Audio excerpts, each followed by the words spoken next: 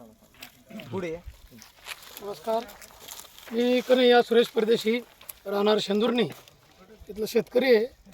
सध्याच्या काळाची परिस्थिती इतकी भयानक आहे की शेतकरी जगला पाहिजे.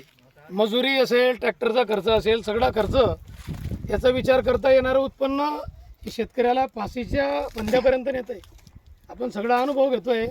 याला पर्याय म्हणून SRT शेती एक चांगला विषय यूट्यूबच्या माध्यमातून आमचे राहुल दादा तथा परशुराम भाऊ यांच्याशी संपर्क केला. शेती शाळेचा प्रत्यक्ष आपण तो डेमो बघितला, प्रत्यक्ष शेत पाहिलं, त्यांचे अनुभव ऐकले, स्वतः शेतीमध्ये त्यांनी जी आपल्याला गोष्टी सांगितल्या त्या गोष्टी पाहता असा विचार करू की येणाऱ्या काळात आपल्याला जर खऱ्या अर्थानं टिकायचं असेल, स्पर्धेच्या युगात शेतकरी म्हणून वाचायचं असलं तर SRT शेतीला दुसरा पर्याय नाही.